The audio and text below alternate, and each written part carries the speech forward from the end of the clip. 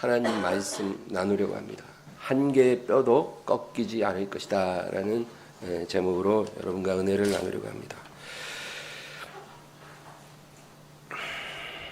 이스라엘의 가장 위대한 왕이 다윗이죠. 이 다윗이요, 많은 시를 기록했습니다. 우리가 알고 있는 이 시편 절반이 다윗이 기록한 거예요. 예수님께서도 이 다윗이 성령에 감동하여 시를 썼다고 친히 말씀해 주셨습니다. 마태복음 22장에 나옵니다. 다윗이 성령에 감동해서 절반의 시를 기록했는데요. 그 시들 중에 아주 특별한 시들이 몇 개 있습니다. 우리가 잘 알고 있는 23편 너무나 유명하죠. 그리고 51편도 그렇습니다. 다윗이 밧세바와 간음하고 선지자 나단이 찾아와 다윗을 책망했을 때 다윗이 정말 애통하는 마음으로 회개하면서 지은 시가 51편이죠. 오늘 우리가 읽은 34편도 굉장히 특별한 시입니다. 아마도 다윗의 일생 중에 가장 힘든 상황에서 다윗이 쓴 시라고 생각합니다. 이 34편 처음에 보면 다윗이 아비멜렉 앞에서 미친 채 하다가 쫓겨나서 지은 시.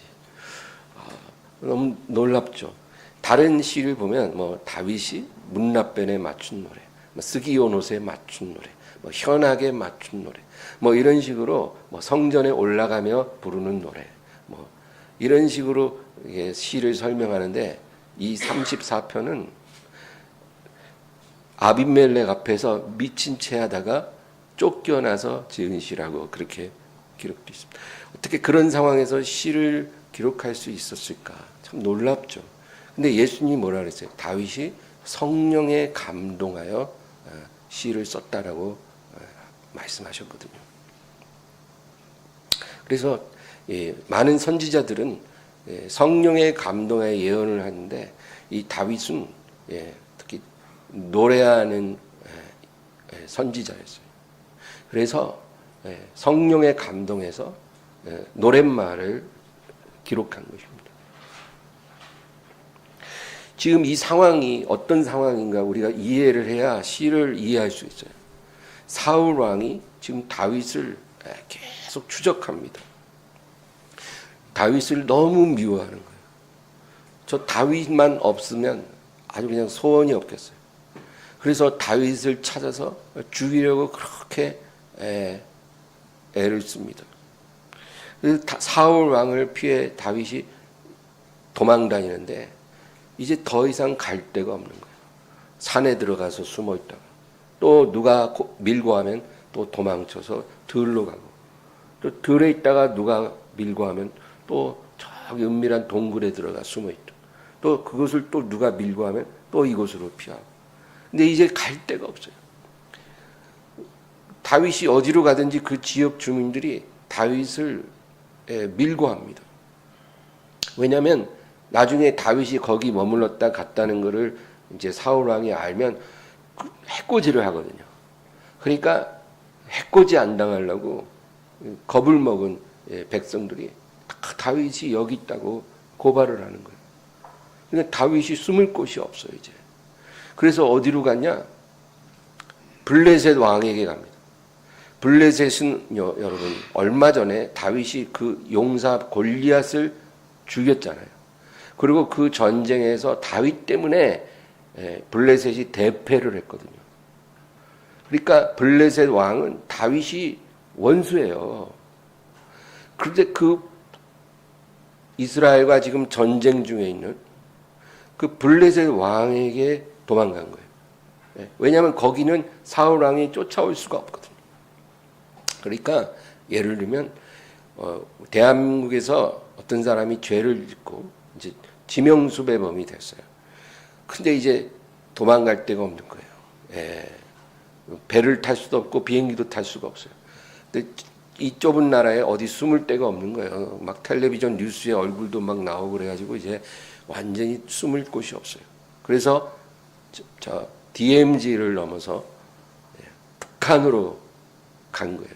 우리나라의 주적인 북한으로 탈북한 거예요. 월북한 거예요. 왜냐하면 거기까지 못 쫓아오고 대한민국의 법이 거기는 못 미치거든요. 예, 그런 상황이에요. 그런데 문제는 북한에 갔더니 북한에서 믿어주질 않는 거예요. 너 첩자지. 너 간첩이지. 너 위장 월북이지. 이렇게 하니까 이제 거기서도 있을 수가 없는 거예요. 이 블레셋 왕 아비멜렉에게 갔는데 아비멜렉이 다윗을 의심합니다. 너 같은 사람이 왜 다음 차기 이스라엘의 왕이 다들 그렇게 생각하는 네가 무슨 이유로 여기 넘어왔냐? 너가 여기서 트로이의 목마처럼 모반을 하려고 하는 거 아니냐? 그래서 이제 다윗을 죽이려고 하니까 다윗이 그 위기를 모면하기 위해 미친 척을 하는 거예요. 그 앞에서. 그리고 막 침을 막 수염에 흘리고 막 미친 사람처럼. 그러니까 이 아비멜렉이 아이고 저거 완전히 맛이 갔다. 이제 죽일 가치도 없다. 그러고는 다윗을 쫓아냈다는 거예요. 만약에 다윗이 평범한 사람이었으면 완전히 낙심했을 것입니다. 내가 이스라엘 땅에 숨을 곳이 없어서 이제 마지막으로 블레셋 왕까지 찾아갔는데 그 왕마저 나를 이제 쫓아냈으니 내가 이젠 죽은 목숨이구나. 이제 나는 갈 곳이 없다. 하나님이 이제는 나를 버리셨나 보다. 그렇게 절망할 수 있거든요. 근데 이 시편 34편을 다윗이 성령의 감동에서 기록합니다. 가장 인생의 암울한 시간을 지나고 있는 이 다윗이 이 34편에서 뭐라고 노래를 했을까요? 1절과 2절을 읽겠습니다. 내가 여호와를 항상 송축하며 내 입술로 항상 주를 찬양하리이다. 내 영혼이 여호와를 자랑하리니 곤고한 자들이 이를 듣고 기뻐하리로다. 놀라운 고백이에요. 내가 여호와를 항상 송축하리라. 내 입술이 여호와를 항상 찬양하리라. 내 영혼이 여호와를 자랑하리라. 그렇게 고백합니다. 지금 다윗은 온 마음으로 하나님을 기뻐하고 있는 거예요.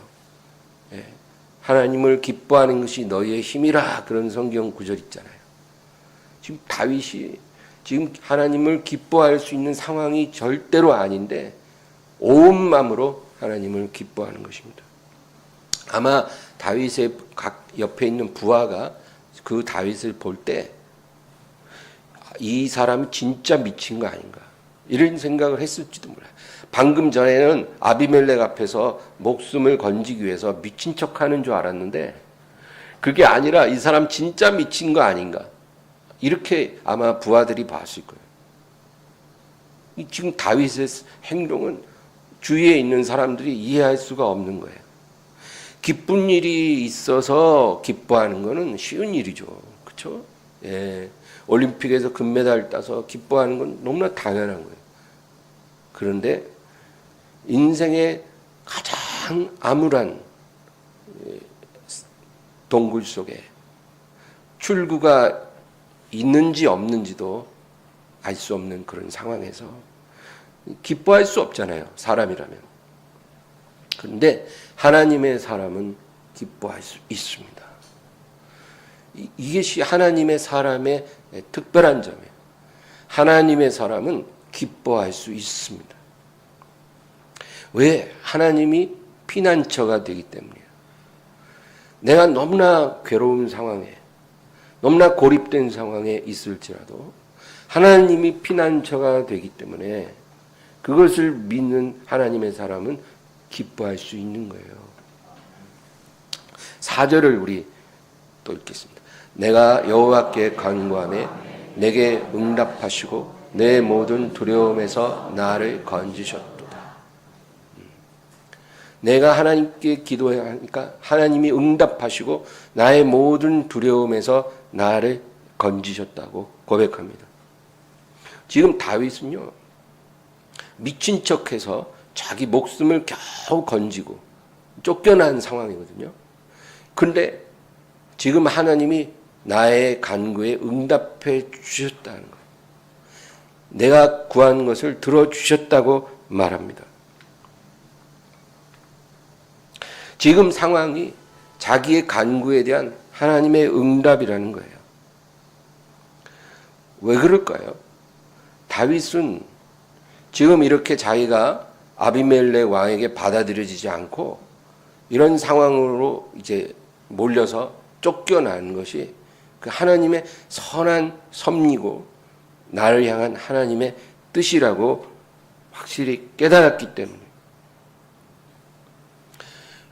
여러분, 우리의 삶에 어떤 길이 막혔을 때 그것이 내가 구한 것이 아니고 내가 원치 않는 상황이라 해도 하나님의 사람은 그것이 나의 길을 인도하시는 하나님의 선한 섭리라는 것을 믿어야 하는 것입니다. 그래서 그것이 응답이 되는 거예요.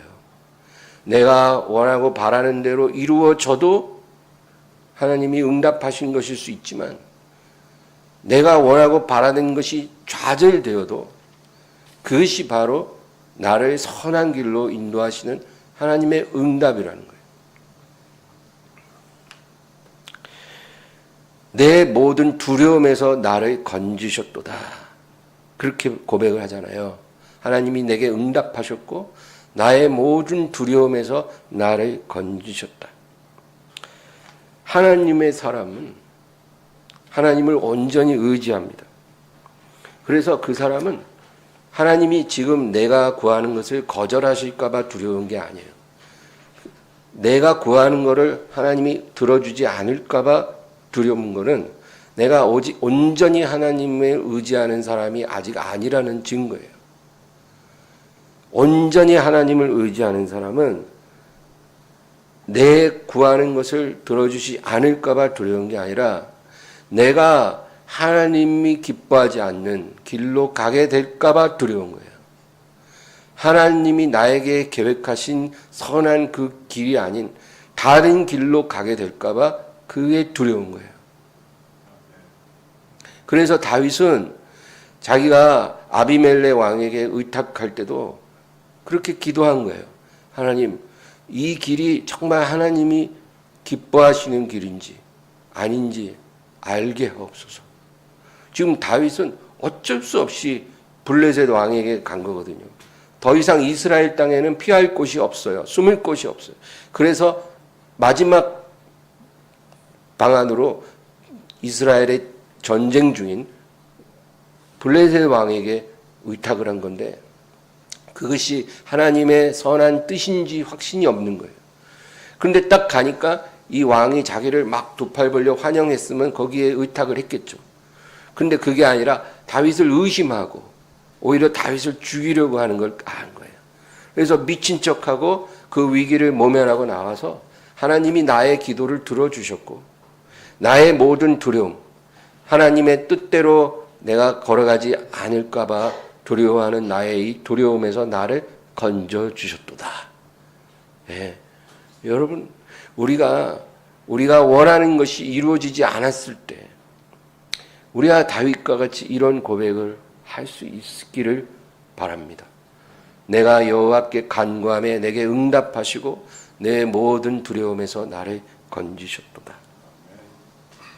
내가 잘못된 길을 가지 않도록 막아주신 것을 깨닫고 감사를 하는 것입니다. 하나님의 사람에게는 모든 것이 다 섭리에 속해 있다는 것을 알고 있는 것입니다. 문이 닫혀도 하나님이 나를 위해 닫으신 것이고 문이 열려도 하나님이 나를 위해 열어주신 것입니다. 오늘 나에게 일어나는 모든 일들, 내가 예상하지 못했던 일들, 내 눈에 그것이 좋아 보이든 좋지 않아 보이든 그 모든 것이 다 하나님의 응답이고 하나님의 선한 손이 나를 붙들어 주시는 것입니다. 우리가 그렇기 때문에 감사하지 못할 일이 없어요. 하나님께 찬양하고 송축하고 주의 이름을 자랑하지 못할 일이 없는 거예요. 8절 읽겠습니다. 너희는 여호와의 선하심을 맛보아 알지어다. 그에게 피하는 자는 복이 있도다. 여호와의 선하심을 너희는 맛보아 알아야 한다고 말합니다. 하나님의 선하심을 우리가 머리로는 배울 수 있잖아요. 그러나 맛보라는 거예요. 그 맛이 어떤지. 맛을 봐야 맛을 알지. 맛을 보라는 거예요. 하나님이 어떠한 하나님인가. 하나님이 얼마나 선하신 분이고 너를 기뻐하시고 너를 돌보시는지 너는 맛보아야 한다는 겁니다. 언제 맛볼 수 있어요? 지금은 우리가 그것을 맛을 못 볼 수도 있어요. 그러나 시간이 흐른 후에 우리는 그것을 맛볼 수 있습니다. 지금 나에게 일어난 일들이 어떤 맛인지 우린 몰라요. 지금은 쓴맛 같아. 그냥 쓰기만 써. 그러나 시간이 지나면 그것이 얼마나 하나님의 선하신 맛인지, 달콤한 맛인지 우리가 맛볼 수 있다는 것입니다. 그래서 지금은 우리가 하나님을 믿고 인내해야 하는 것입니다.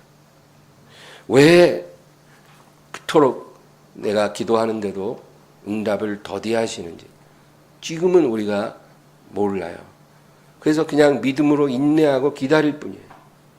그러나 언젠가 시간이 지나면 왜 하나님이 내 기도에 그렇게 더디 응답하시는지, 내가 그렇게 괴로워하고 외롭고 방황할 때 왜 하나님이 지켜보기만 하셨는지 지금은 몰라도 시간이 흐르면 우리는 알게 되는 것입니다. 그때 우리는 하나님의 선하심을 맛봅니다. 이렇게 하나님의 선하심을 맛볼 때 우리 믿음이 자라는 거예요. 머리로 말씀을 받아들이고 배우는 것도 중요하지만 우리가 하나님의 선하심을 우리 삶 가운데 맛보기 시작할 때 이 말씀이 우리의 밑바닥 뱃속 깊은 데 내려오고 우리의 믿음이 자라기 시작합니다. 10절 읽겠습니다. 젊은 사자는 궁핍하여 줄일지라도 여호와를 찾는 자는 모든 좋은 곳에 부족함이 없으리로다. 젊은 사자는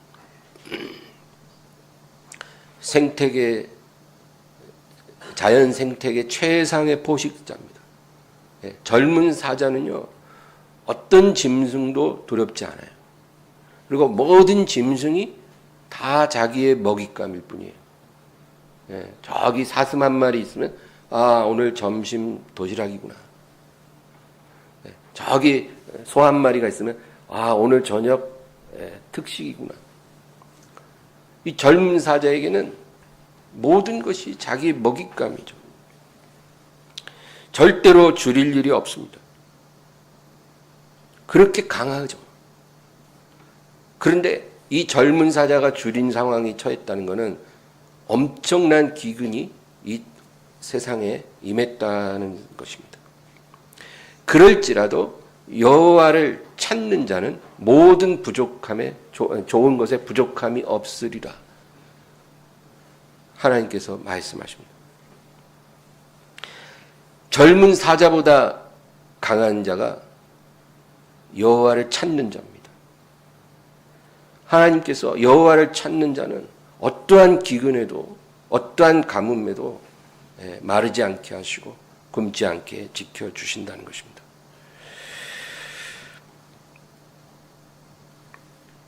다윗은요, 위대한 왕입니다. 하나님의 엄청난 축복을 받은 사람이에요. 그런데 이 시위를 기록할 때는 왕이 되기 전에 정말 인생의 완전한 절망 가운데 처할 상황이에요. 그럴 때 이 다윗이 이렇게 고백을 합니다.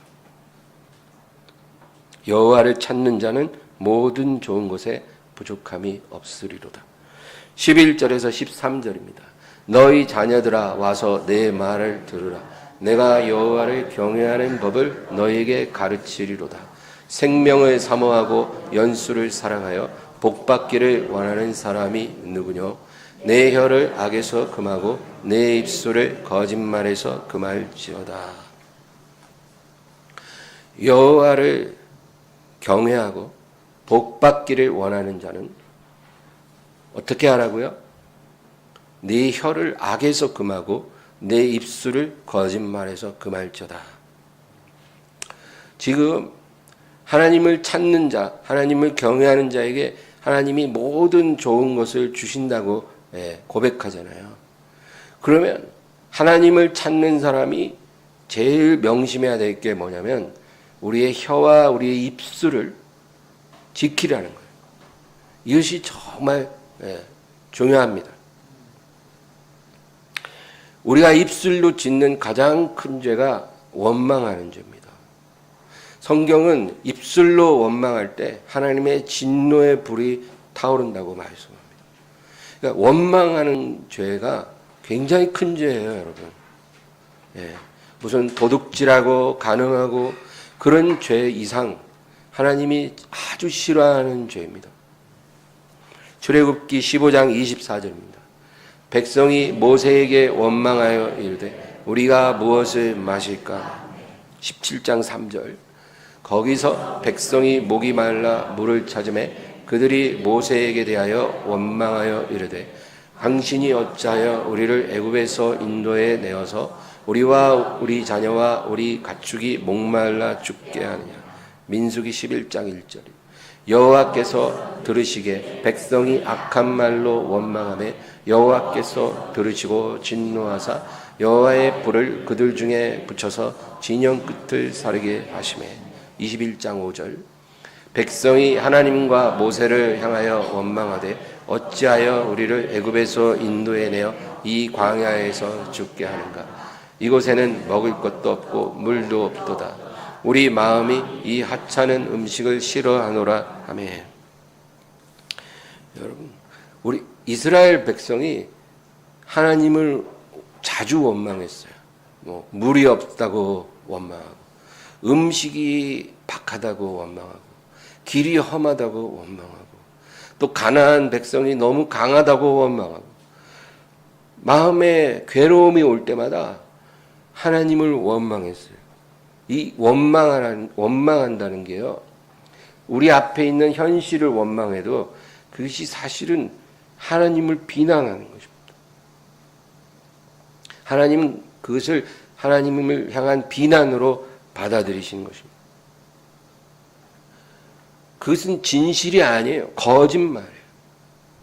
여러분, 하나님이 이스라엘을 죽게 만들려고 광야로 이끌어낸 게 아니잖아요. 이스라엘 목말라 죽게 만들려고 물이 없게 한 게 아니잖아요. 이스라엘이 가나안 백성들에게 포로가 되고 잡혀 죽게 하려고 요단강을 건너게 하시는 게 아니잖아요. 그런데 하나님을 원망한다는 것은 그건 거짓말하는 거예요.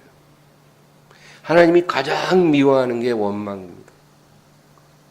원망할 때 하나님은 뚜껑 열려요. 내가 너희를 위해서 계획한 것이 얼마나 값지고 아름다운데 너희가 어찌하여 나를 원망하는가. 아주 큰 배신감을 느낍니다. 여러분, 사랑하지 않으면 상처도 안 받아요. 사랑이 클수록 그 배신감도 상처도 큰 거예요. 부부간에도 한 사람이 배우자를 너무 사랑했는데 그가 만약에 바람이 났다든지 하면 그 얼마나 큰 상처를 받아요. 하나님이 원망하는 것을 그렇게 미워하시는 것입니다. 다윗의 믿음과 이스라엘이 너무나 대조적이었어요. 다윗은 원망하지 않았습니다.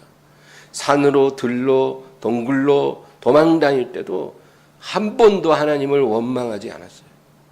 심지어는 블레셋 왕에게 의탁했는데 미친 척하고 위기를 모면한 상황에서도 하나님을 원망한 게 아니라 내가 여호와를 항상 송축하며 내 입술이 여호와를 항상 찬송하며 내 영혼이 여호와를 자랑하리라. 그렇게 고백했잖아요. 그러니까 하나님이 다윗을 얼마나 기뻐하십니까? 우리는 내 앞에 어떤 상황이 일어나도 그것이 아무리 내 마음을 낙담시키고 부서뜨려도 원망하지 않아야 합니다. 18절 읽겠습니다. 여호와는 마음이 상한 자를 가까이 하시고 충심으로 통회하는 자를 구원하시는도다. 마음이 상했다. 이 말은 히브리어로 직역을 하면 마음이 산산조각 났다는 뜻입니다. 그러니까 하나님은 마음이 산산조각이 난 자를 가까이 하신다. 그 말입니다. 마음이 산산조각 부서진 사람을 하나님이 가까이 하신다는 거예요. 네. 그래서 하나님이 우리를 가까이 하시려고 때로는 우리 마음을 하나님이 부서뜨립니다. 우리가 마음이 부서져야 하나님과 가까워지거든요. 여러분, 그거는 아주 진리예요. 하나님이 우리가 승승장구하지 못하도록 이렇게 올렸다 낮췄다 이렇게 기복 있게 하시는 이유가 올리면 멀어지고 낮추면 가까워지거든요. 그러니까 하나님이 항상 올라가게 못하는 거예요. 완전히 멀어질까 봐. 네.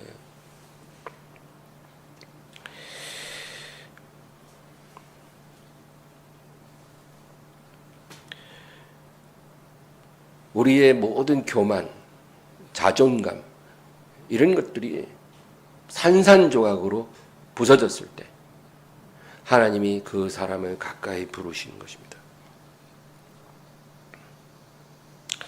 그리고 충심으로 통회하는 자를 구원하신다. 그렇게 말합니다. 네, 마음이 산산조각이 났어요. 그리고 충심으로 통회하는 사람을 하나님이 구원해 주신다는 거예요. 마음이 부서지면 사람들이 보통 원망을 합니다. 또는 절망을 합니다. 그렇죠? 자살하는 사람들이 왜 자살하겠어요? 마음이 산산조각 났을 때 자살하는 거예요.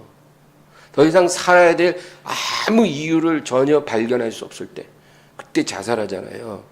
그래서 세상 사람들은 하나님이 없는 죄인들은 마음이 산산조각 나서 자기 자존감이 완전히 밑바닥에 떨어지고 부서지면 자살하는 거예요.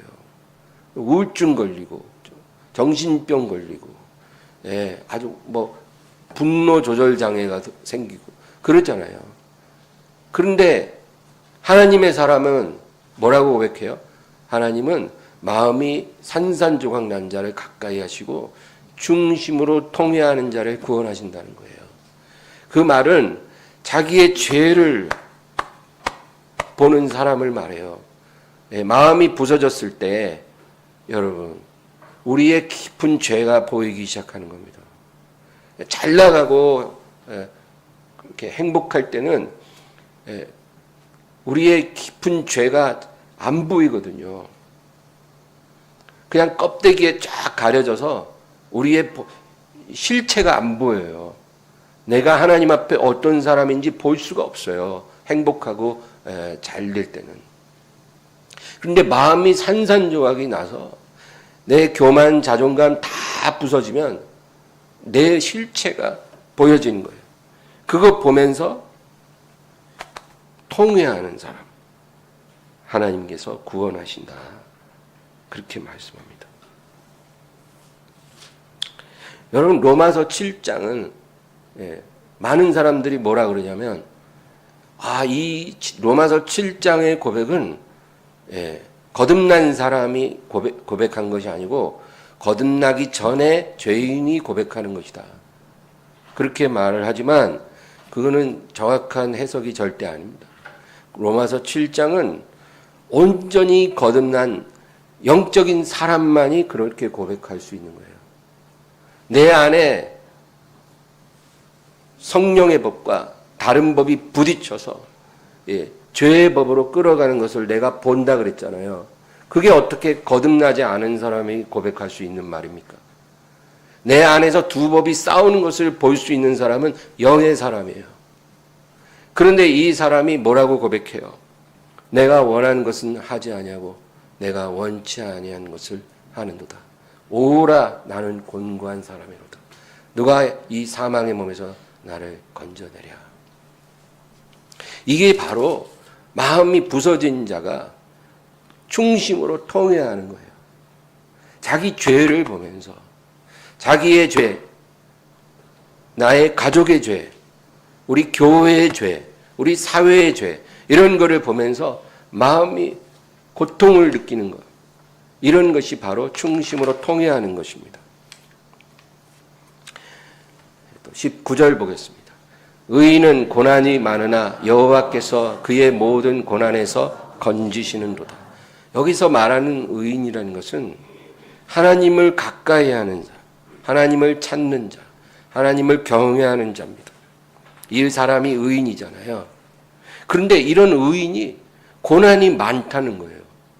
우리는 고난이라 그러면 우리가 불순종하고 죄를 지을 때 하나님이 징계하셔서 고난이 온다 생각하는데 꼭 그것만이 고난의 원인이 아니에요. 하나님을 찾는 자, 의인도 고난이 많다고 그래요. 왜 그럴까요? 의인에게는 하나님이 지으시는 고난의 분량이 있다는 거예요. 그게 성경이 우리에게 말해줍니다. 이 고난은 우리 삶의 외적인 그런 고난일 수도 있죠. 어떤 질병을 주실 수도 있고 궁핍하게 하실 수도 있고 그죠? 사람들로부터 고립될 수도 있어요. 이런 외적인 고난을 당하기도 하지만 내적인 고난이 훨씬 큽니다. 의인이 당하는 고난은 80%가 외적인 고난이 아니라 내적인 고난이에요. 네. 죄인과 악인들이 하나님을 거역할 때 하나님이 그를 깨뜨리기 위해서 주시는 고난은 주로 외적 고난을 주셔요. 그러나 의인들이 당하는 고난은 내적 고난이 있다는 겁니다. 이 내적인 고난이 왜 이렇게 크게 다가올까요? 우리가 하나님의 마음을 가졌기 때문입니다. 죄악이 만연한 나 자신을 보면서 이 세상을 보면서 우리 가족을 보면서 내가 하나님의 마음을 가졌기 때문에 마음이 괴로운 거예요. 하나님께서 우리의 죄를 보고 근심하고 슬퍼하시잖아요. 그게 하나님의 마음이거든요. 하나님은 저와 여러분을 보실 때 우리를 기뻐하고 사랑하시지만 또 한편으로는 우리가 하나님의 뜻을 알지 못하고 우리가 하나님께 순종하지 않고 내 멋대로 내 고집대로 사는 모습을 보실 때 하나님 근심하고 슬퍼하세요. 이게 하나님의 마음이거든요. 우리 가정을 보시는 하나님의 마음은 이런 고통이에요. 우리 교회에 바라보시는 하나님의 마음도 그런 마음이에요. 이 죄 가운데 죄가 가득한 이 사회를 하나님이 보실 때, 다 지옥으로 가는 그 모습을 보실 때 하나님의 마음이 얼마나 괴롭겠어요. 그래서 의인은 하나님의 마음을 공유하기 때문에 고난이 많은 거예요. 그러나 결국에는 하나님께서 그 모든 고통에서 고난에서 저를 건지시고 저를 기쁨으로 만족시켜 주시는 것입니다. 여러분, 매일 뉴스를 보십니까? 뉴스를 꼭 보세요. 그런데 뉴스를 매일 보면서 마음의 고통이 있으신가요? 마음의 고통이 없다면 우리는 하나님의 마음이 없는 거예요. 우리가 이 세상 뉴스를 보면서 아무렇지도 않다면 하나님의 마음이 우리에게 없는 것입니다. 우리는 이 고통스러운 세상을 보기 싫다고 세상을 외면하고 살아서도 안 되고 또 세상과 동화해서도 안 되고요. 세상에 관심을 갖되 하나님의 마음으로 마음의 근심과 슬픔과 고통을 느끼고 살아야 해요. 이것이 의인에게 주시는 고통의 분량이에요. 우리는 이런 고통을 외면하지 말아야 해요.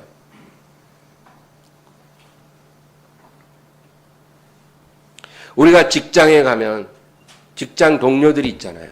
하나님을 모르는 많은 이웃들이 있잖아요.